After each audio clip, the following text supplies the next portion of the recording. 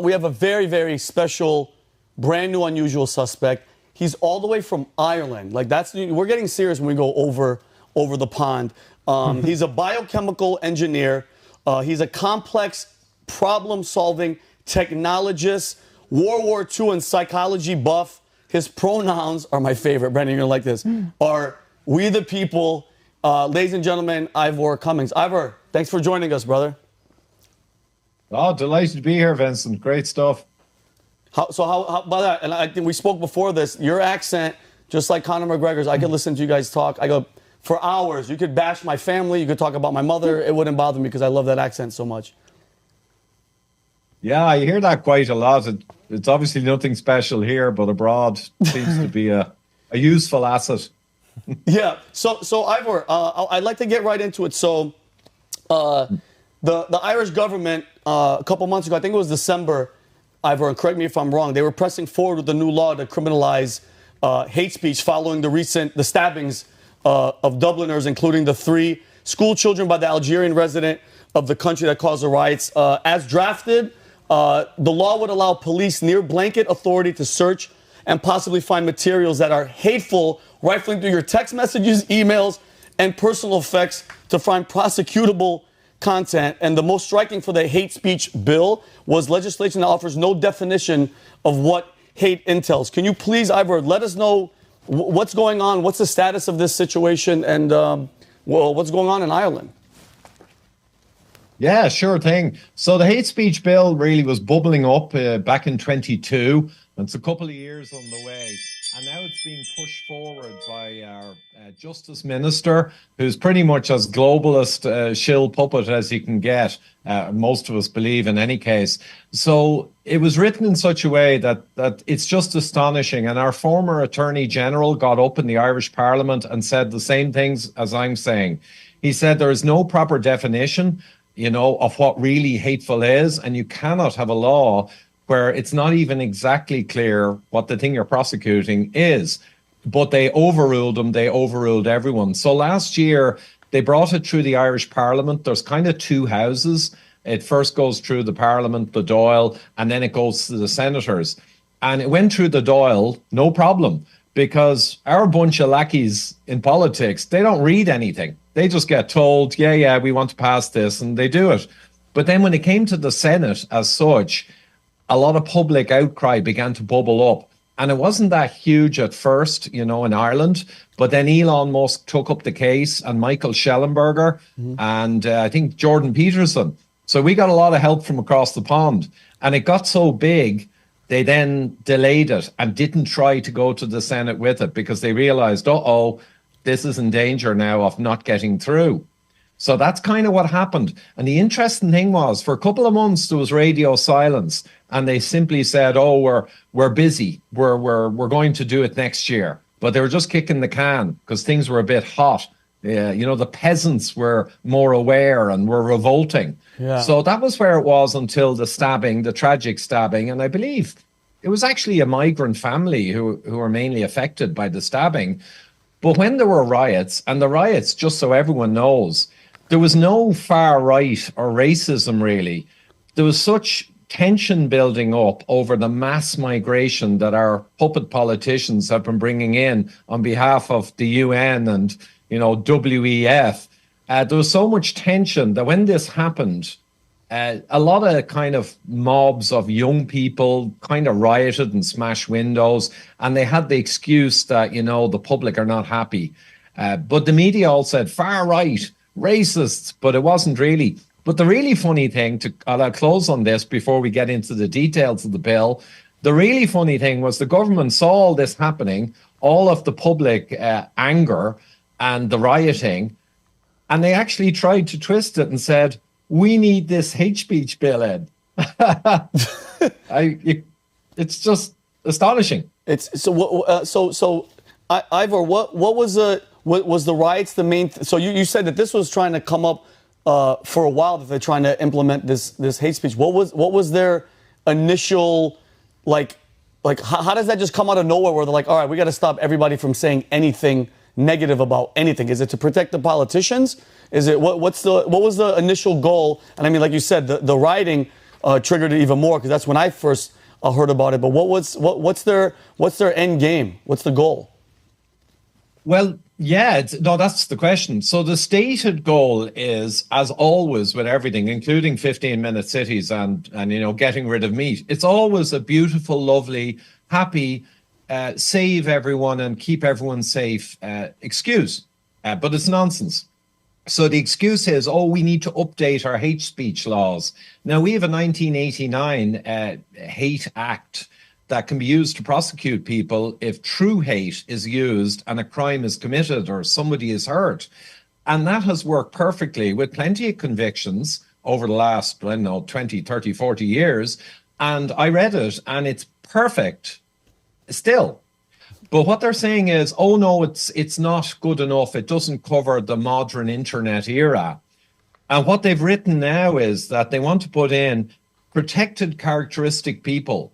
These people need special protection from their feelings being hurt, basically. And they put race, color, nationality, religion, national or ethnic origin, descent, gender, sex characteristics, sexual orientation, and disability. Jeez. So you'll notice they really want to shoehorn in, I think, all the sex stuff, the transgender, and all of the push that we've seen in the last few years explode. There are no men and women. There is no black and white. Everything is topsy-turvy. So I view it as all of the stuff that they're pushing, all the woke stuff, you might call it, all of that serves to undermine society, take away tradition, take away history, take away the certainties people have, make everything all kind of more blurred. And it just aids in all the other strategies of UN and Agenda 2030. It just weakens the population and it makes people scared to speak up because most ordinary people are not sure what to make of all this nonsense. So I think the hate speech law is really to support all the nonsense that we're seeing coming out that they want pushed through into schools and everywhere. And it's also a chilling effect. And this is a key one that the Attorney General also mentioned, that it's written in such a way that it's literally Minority Report. You are guilty until proven innocent in this wording. Yeah. I mean, the specifics we can get into, but basically a relatively low-level court based on one person complaining and a Irish policeman taking up the problem can go into your house and take, it's written, everything, computers, anyone in the house can be searched, anything to be taken for a period as necessary. And if you have anything under their non-defined hatefulness, you are assumed that you would share that and cause trouble with it and cause hurt, unless you can prove it was only for your own use. Oh my God. That is Minority Report in a nutshell. It's like, listen, I didn't murder anybody, but we looked into the future and we saw that you were going to do this. So we have to put you in that cryogenic state. So Ivor, I mean, this is insane. Besides the text and the going in your house and all that stuff, it seems to me that, you mentioned this with the hate speech and the LGBTQ push, and it's not just a local thing for the United States. This is a global agenda. They're not messing around. You're obviously dealing with it. It doesn't, thank God for Elon Musk giving us Twitter. So they're running out of options to keep us silent. So I think these type of bills shut up the people on a lesser level because they can't stop the Elon Musk, as we see every single day. He smokes marijuana. He's doing cocaine. He's insane. Allegedly, yeah, they're trying to ruin him. So I think this goes beyond just like a national thing. And speaking with you, it seems like they are trying to lock down everybody, and it's literally like we keep hearing this new world order. That's the new world order. That's what I think that they're trying to. Brandon, you got to ask a question, Ivor. Yeah, Ivor, how's it going? So, would you say that Europe and Ireland, places like that, would be a canary in the coal mine for the U.S.? Because correct me if I'm wrong, but I heard that Europe implemented a lot of laws like this in the last few years. Is that correct? Absolutely, Brendan, and it's a crucial point. Europe is much easier to bring in all this nonsense because, the WHO, the UN, they're all centered around Switzerland. They've a lot of influence, and they've already very much corrupted European politicians. During COVID, we saw Macron in France and the Austrian Chancellor. They came out with absolute madness in COVID. And our own Prime Minister, Leo Varadkar, he shot up very young, gay guy out of nowhere, and suddenly he's the prime minister of the country a good few years ago. But he was so special that out of the 4,000 young global leaders that since 1991, the World Economic Forum has groomed for high positions to roll out the agenda, it's not even a secret. Yep. Leo Varadkar, our prime minister, was brought on stage with Klaus Schwab and personally recognized on stage with the big man. Yeah. So he's been very instrumental in what's going on in Ireland. And just the final thing, Brendan, really quick. Europe, yes, is easier to conquer than the US because you've got, your constitution, free speech, you have guns, yes. You've got a lot of tension, right? So US is a bit harder in spite of Biden's efforts. But Ireland within Europe is no question, it's a prototyping facility because Ireland is highly globalized. 60% of our GDP is biotech and pharma. We had the longest lockdowns in Europe. So Ireland is really this kind of nest egg to start growing the new dystopia, unfortunately. So Ivor, hi, I'm Erin Elmore. How are you? So what you're saying basically is reminding me of what's going on in Spain. And it seems like the only free place left in Europe is under Viktor Orban, right? In Hungary. Am I right with that? I think you're right, yeah. So absolutely right. So how are they protected, and do they have influence to sort of change the narrative in Europe to push for more freedom, more conservative ideals? Because everything you're saying sounds like there's no due process, it's no freedom of speech. You are absolutely becoming controlled and socialist. Yeah, and ironically, socialists, I'll get to Orban in a moment, but you're absolutely right. I was speaking to a professor who invented quantitative easing, Professor Richard Werner, and he knew a lot more than finance, I found out, because he said that the European model with the commission that's unelected and immune from prosecution, and then we have a European Parliament, that's the EU. But essentially, the European Parliament doesn't really have any power. It's the unelected commission that sends down the laws and the strategies. And that's an exact carbon copy of the Soviet era. So you had actually a parliament in the Soviet era, and then you had the Politburo, the kind of party. That's the equivalent of the European Commission. So he said historians have written about this. Europe, since the late 90s, has imported the Soviet system. So absolutely, it's a problem.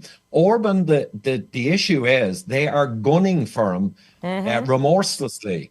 So he's right-wing, he's racist, he's transphobic, he's homophobic. He is everything bad. The reason he's still okay is just he has huge support in Hungary. And Hungary also remembers the horror of the communist era. So there's a tacit support for him because he's against Europe. And the Hungarians know Europe is a very, very dangerous thing. So that's his support. But Europe is ripping away finance, European supports. They're trying to punish him in every way they can, like they weaponized the dollar against Russia, same thing. So we'll have to see how he gets on. Very thoughtful. Thank you. So, thank you very much, Ivor. So, Ivor, and the second topic that we were going to talk about was the WHO, WHO, and their pandemic treaty. I saw one of your interviews about it, but I wanted you to expand a little bit on it to let the people know what's going on. Yeah, and I don't know if you want to play that clip. I was at an event yesterday and I interviewed Dr. Meryl Nass, who is an expert on all of this. She's been campaigning for years. So basically, I'll just do a mini rant on the WHO. So the World Health Organization, again, based in Geneva, unelected, tax exempt, full diplomatic immunity from prosecution, no matter what they do wrong. All of this is in their constitution. All of this is ring-fenced. Now, you might ask, why would a health organization to help people's health make bloody sure that they've got immunity from prosecution written into their charter? But there you go. But at a big picture level, and we can't get into detail here, the WHO is simply part of the UN Agenda 2030, and the UN is being used as a vehicle connected intimately to the World Economic Forum. And the whole lot of that and many other organizations actually go back mainly to the 1950s and the Rockefeller Brothers Fund. So the Rockefellers were internationalists. They wanted a global world government. They put it on the record. There's no conspiracy theory.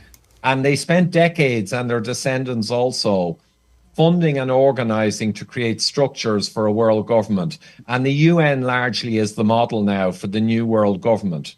So there's a long history there, and I can give you guys a link to share of a talk from a PhD who in 40 minutes explains the whole history. And when you watch it, all the weird stuff that's happening, it all clicks into place beautifully. I'm not even joking. I'm definitely going to get that from you after this. Yes. We actually have the clip, Ivor, ready to go of Dr. Meryl J. Nass. Can you just give us a brief thing? What are we going to watch right now? Right. So yesterday there was a great event. They actually managed to book in the Irish Parliament a room to present with around 6 speakers on the WHO pandemic treaty and the World Health Regulations. So they have 2 horses. Either horse will get them their dystopian outcome, but they have cleverly 2 horses. So if one fails, the other one might sneak through. So in the Irish Parliament, we had Andrew Bridgen from the MP from the UK, great guy. We had Dr. Meryl Nass, who's an expert in all of this. She was there speaking. And we had Tess Laurie and a few others, a lawyer who knows this inside out. So I went there, got interviews, but the one I grabbed, especially when I knew I was on this show, I said, I want to get you, Meryl, and do a short summary of what this is about. And I think she did a good job in a couple of minutes. So, so let's play that clip, Cal. Here we go. Dr. Nass. What has happened is that the WHO has created 2 documents or instruments. One is a treaty. One is massively amended international health regulations that already exist but are going to be changed tremendously. And each of these documents will be governing documents. So they won't just make recommendations, but the WHO will be able to give nations orders that they will be required to obey. What do these documents do? Allegedly, they're going to prevent pandemics in the future or ameliorate them when they occur. What in fact they do is the opposite. They actually direct nations to go out and find potential pandemic pathogens, study them, so that every nation in the world is supposed to create sequencing laboratories where they will decode the sequence of potential pandemic agents or biological warfare agents, share them with the WHO and with other nations, and upload the sequences online so that any hacker can get them. The other things these 2 documents want to do, and they overlap, so both documents suggest doing these things, is they want nations to perform surveillance of their citizens' speech, particularly in social media, and to censor them when they spread misinformation about health. Or in other words, information that does not go along with the WHO narrative. They also specifically have crossed out human rights in the amendments to the health regulations and have said in another article that when it's necessary, human rights can be ignored. So for some reason, they want to be able to trample on human rights. They want the opportunity to clamp down, imposing quarantines, vaccine mandates, closing borders, forcing medical examinations and treatments in light of any future pandemic. Finally, these documents demand that nations set up a legal regimen, in other words, pass laws so that drugs and vaccines that have not been licensed, that may not have even been tested in people, can be developed in 100 days and then rushed out to the entire population with no liability for the manufacturers, the nations, and the WHO. And they deny it affects sovereignty. But the reality is the words non-binding were removed and the word shall was put in a lot of times. So maybe 168 times the word shall was added to the amended international health regulations. Shall in an international treaty means you must obey. Yes. Means mandatory. Oh my! If that doesn't scare that, and the first thing that you said that really bothered me, Ivor, was a non-elected group of people that are literally making decisions for the rest of us. And the fact that they said pandemic and sharing code, and it's almost at the point where going back to, the speech and what they don't want to hear. And when we get a little bit wild and people start talking and the people start, wanting answers and stuff, whoops, another pandemic, which they've been warning us for how many years about pandemic 2, will just pop up. And I mean, the sequencing is out there. So whoever wants to do I like that she said a biological attack. It's so freaking obvious what they're doing. Remember what the director of the WHO said at Davos about the disease X, that he's talking about it as if he knows that's going to be a thing in the future? Of course, right. the China programming. Yeah. Mm-hmm. Well, you know what else is funny is that who runs the World Health Organization? It's not even a medical doctor. Tedros is not a medical doctor. That is the head of the That is not good. No, you're the World Health Organization. Yeah. Oh, God. It's like the WEF. It's like they have the audacity. I think they know what's best for people. Oh, yeah, man. well, it's a useful idiot. Yeah. On top of everything. So Ivor, I have a couple minutes left. I would definitely want to hit the last topic, the farmers, the farmers of the European. I see what's happening with the Irish farmers. I mean, they're using climate to go after everybody, to basically stop the production of real food, if I'm not mistaken, Ivor. They want you to eat, like you talked about the smart cities, Ivor. They want you to eat the processed foods that come from their corporate friends, their corporate companies, and we see what's happening. I love the fact that, the people in Europe, I saw videos in France where these farmers are literally going to all these Congress and they're throwing manure and crap everywhere. Hay bales down. Hay bales everywhere, and I absolutely love it. There was an article, I believe, in the Financial Times last year where Irish farmers were pressured to slaughter up to 200,000 cows to meet climate goals. So please, I don't know if it happened or not, but Ivor, please, we have a couple minutes left. I want to know what the hell is going on, and do they have the power to stop this from happening? Because it seems like the evil is going full steam ahead. Yeah, well, wow, it's a tough one, but it's like everything else that's going on. There's a growing awakening, hence their kind of urgency to get in censorship laws and other laws, because they are very aware after COVID that a lot of people are waking up. So they're racing to cut us off at the pass. But that said, the only hope is grassroots, because most of our politicians now are either just totally stupid or they are actually useful idiots on behalf of globalism. I mean, that's just the way it is. So in Ireland, the 200,000 cows thing, that was in a department, an official political department report, and it got leaked. So it wasn't actually that they told them. That's my understanding. Yeah. But it was leaked, and that was clearly what they were planning and what they wanted. And our Minister for Environment and Energy, crazy combo, he's the ultimate useful idiot. I mean, he is literally... by my standard, he's compromised intelligence. I don't want to use a nasty word. It's crazy. So how did he get there into the government? Like I told you about our prime minister, and on stage. Well, this guy's been over in Davos as well. His party, the Green Party, has 2 or 3% of the vote in Ireland. And he's holding one of the most important ministerial positions in the country. So again, the useful idiots are brought up into positions. So the farmers in Ireland are pushing back all over Europe. Netherlands is nitrogen they're using. But just to get to why they're doing it, it just fits in with everything else, with the trans, with everything else, all fits into a nice corporate strategic set of goals. It's a program. And yes, the goal is you do not want self-sufficiency in local national countries, sovereign countries. You want to just leech that away steadily with the excuse of climate. And we don't have time to get into climate, but the science there is arguably worse than the COVID science. And over time, then take away all that and make people dependent on corporate ultra-processed food. And that will also fit in nicely with 15-minute city concepts. So everything dovetails together. So people are kind of confused and saying, yeah, a lot of crazy stuff is going on, but it seems like to be all over the place. They don't understand everything fits together beautifully. And that video I mentioned really helps too. Do you think so? Just really fast, because we have to wrap it up. Are the farmers going to succeed, Ivor? Because I hope to God that they do. Do you feel in your heart of hearts that this is going to be a positive outcome for them? Yeah, I think there's some very good signs, including some subtle ones. They were offered money and a deferral of these costs that are crippling them.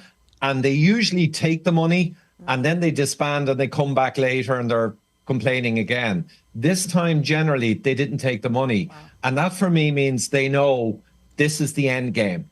That if they get a concession and they leave, you know, this is end game stuff. So they understand that. So I'd say they have a very good chance of changing the game. They need the public support. I always say to people on this whole globalist dystopian hurtling train that we're on, right? We're all in it together. I always say we're riding down the razor's edge. They're all heading to cut us off at the pass with censorship laws and removing our energy infrastructure and removing our farming, getting as much out as they can. And the awareness is growing, and we are a real threat to them. But I'd say it's on the razor's edge. It's all to play for. Wow. Well, Ivor, thank you so much for being on The Unusuals. You know what? I hope maybe once he's done fighting, Conor McGregor could run for office and start beating the shit out of all these people that are making all these stupid decisions. But thank you so much, Ivor. God bless you, brother. And we'll be talking to you soon. Thank you. Great meeting you guys. Thanks a lot. Bye now.